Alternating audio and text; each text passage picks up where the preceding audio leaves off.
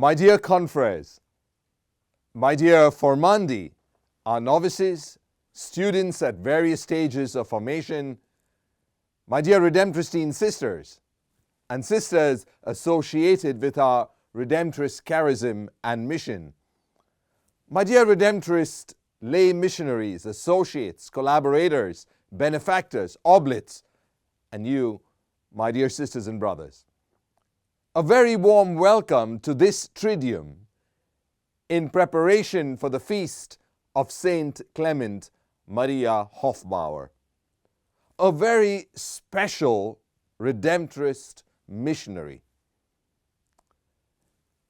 As we journey through this holy and jubilee year, the year dedicated to hope, with a theme given to us by Pope Francis, Pilgrims of Hope.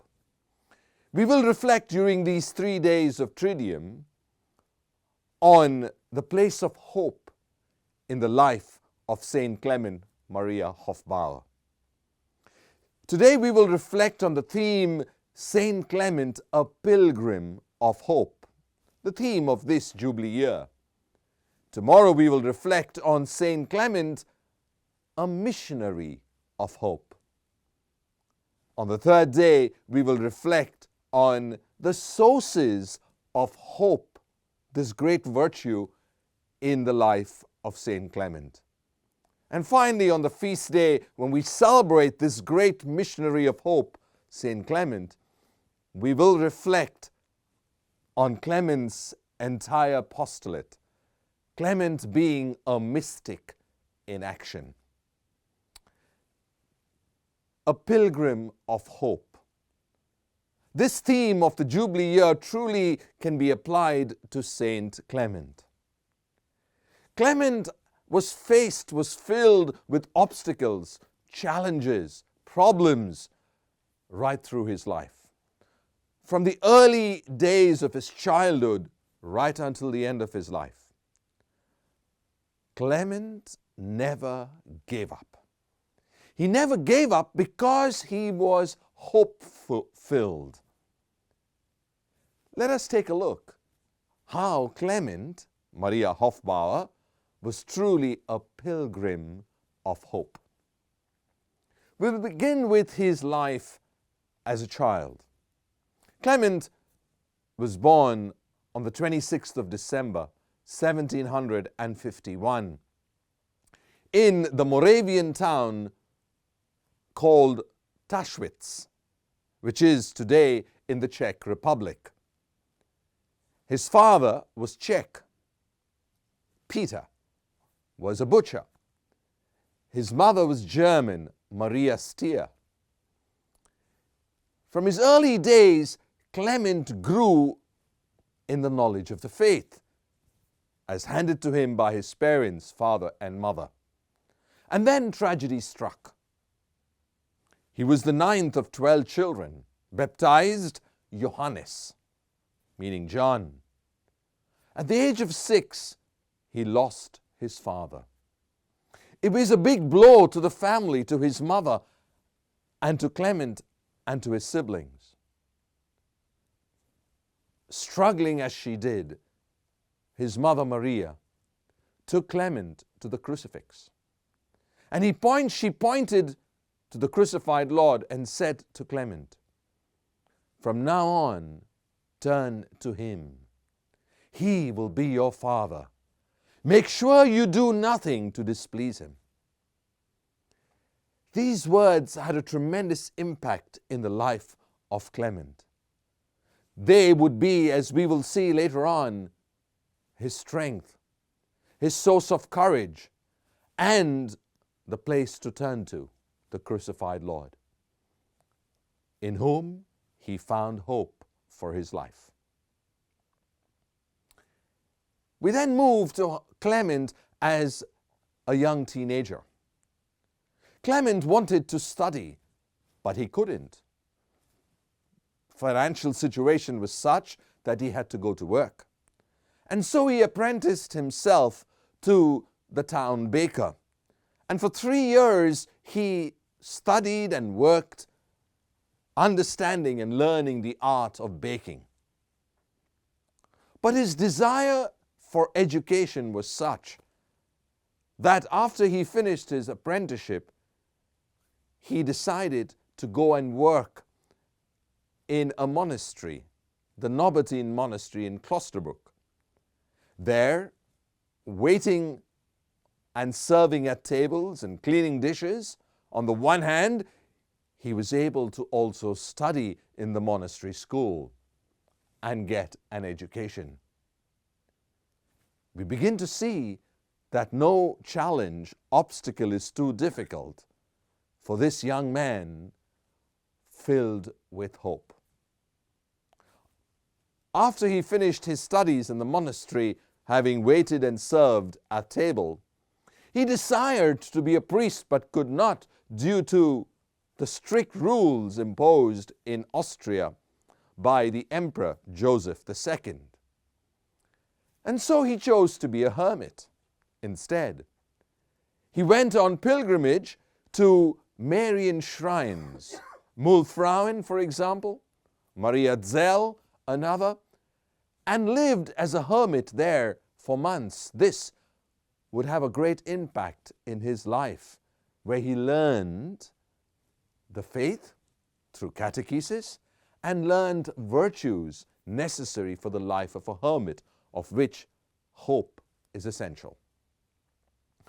Clement also during this time made a couple of pilgrimages to Rome on foot, walking all the way from Austria through the Alps, down through the north of Italy, through the center to Rome, would take months on end on foot.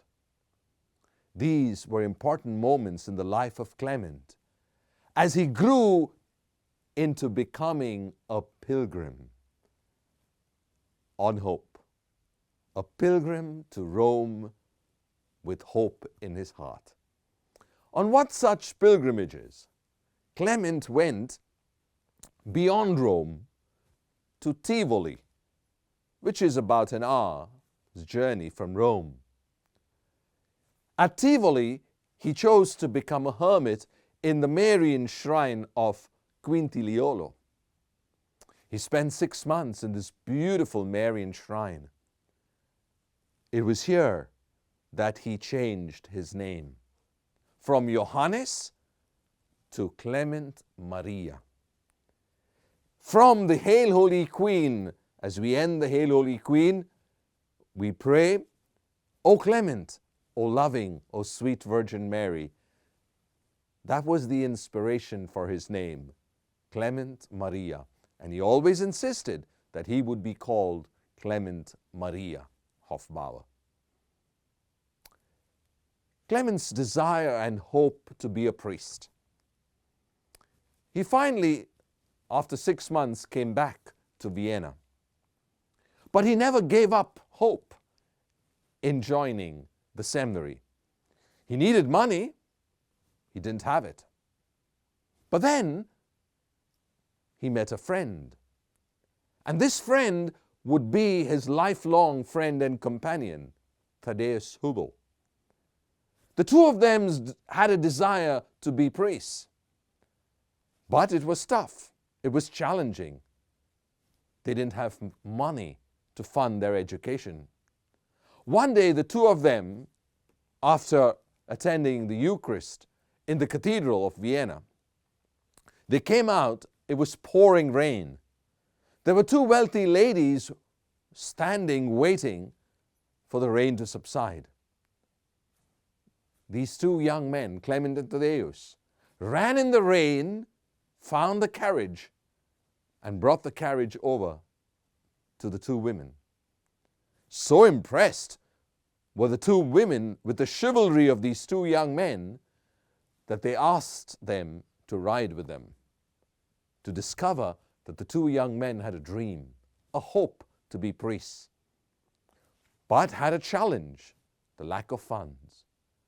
And so the two ladies funded their entire seminary training. Hope fulfilled. Clement and Thaddeus went to university to prepare for the priesthood.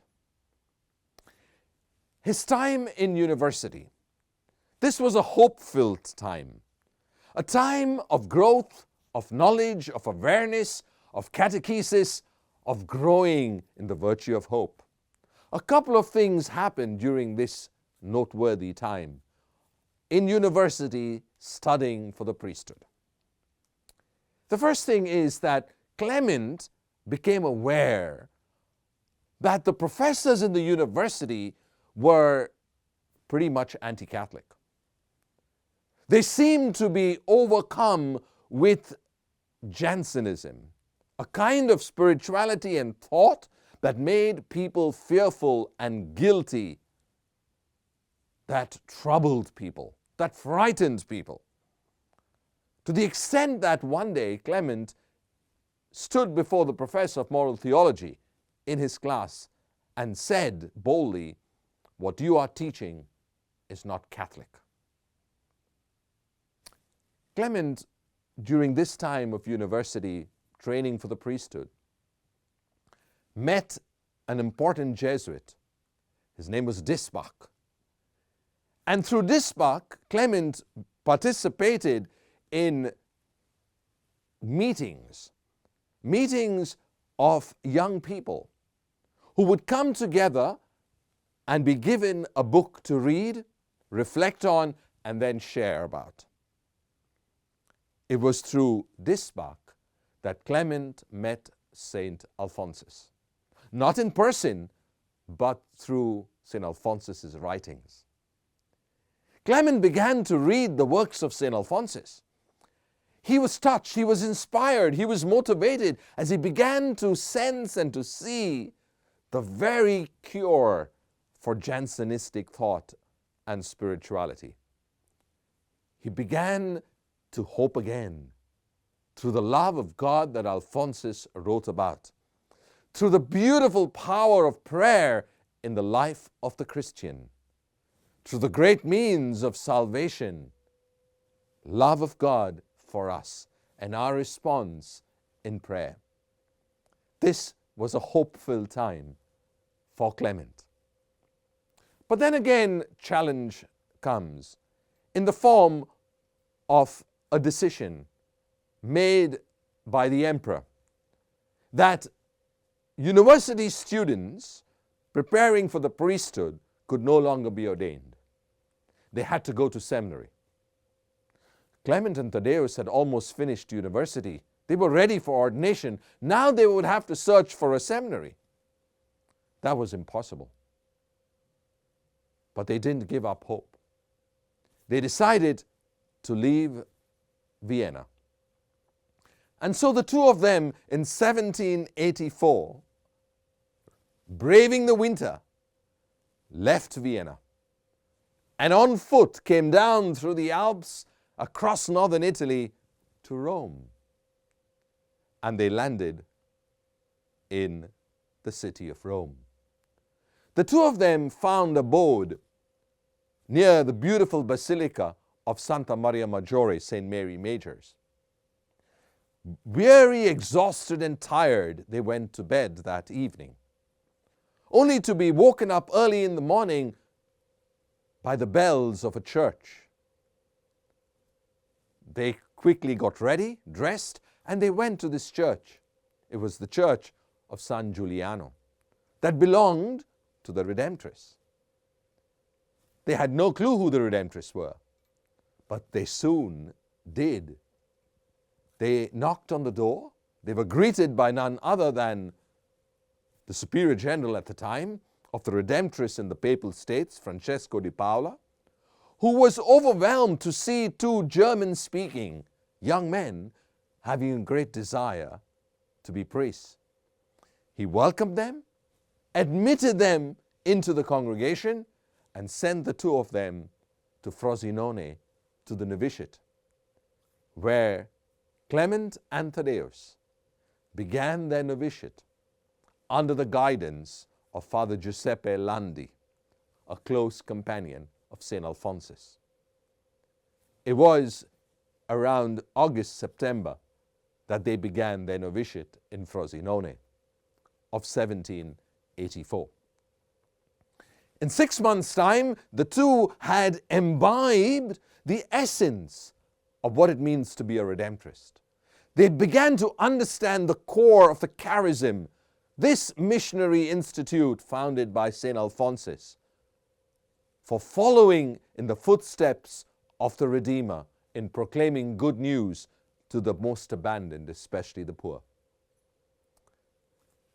It was the 19th of March, 1785, that both Clement and Thaddeus were professed as Redemptorists. A few days later, they were ordained to the sub-diaconate, they were ordained deacons, and they were ordained priests. And then Francesco di Paola commissioned these two young Redemptorists, now priests, to go across the Alps back into Austria, to Vienna, to launch and to start the congregation outside of Italy. Hope. Hope realized, hope fulfilled. So Pope Francis, in his bull, in preparation for this Jubilee and Holy Year, spes non confundit, hope does not disappoint, speaks to us of this important virtue of hope, which we can see realized in the life of Saint Clement, the Pilgrim of Hope. Pope Francis says to us, in the heart of each person, hope dwells as the desire and expectation of good things to come, despite our not knowing what the future may bring. Even so, uncertainty about the future may at times give rise to conflicting feelings, ranging from confident trust to apprehensiveness, from serenity to anxiety, from firm conviction to hesitation and doubt. Often we come across people who are discouraged, pessimistic, and cynical about the future, as if nothing could possibly bring them happiness. Clement, on the other hand, was different. He was hope-filled. We've already seen from the time of his childhood, through his adolescent years, his teenage years, his years as a young adult, the challenges he faced, but he was never without hope.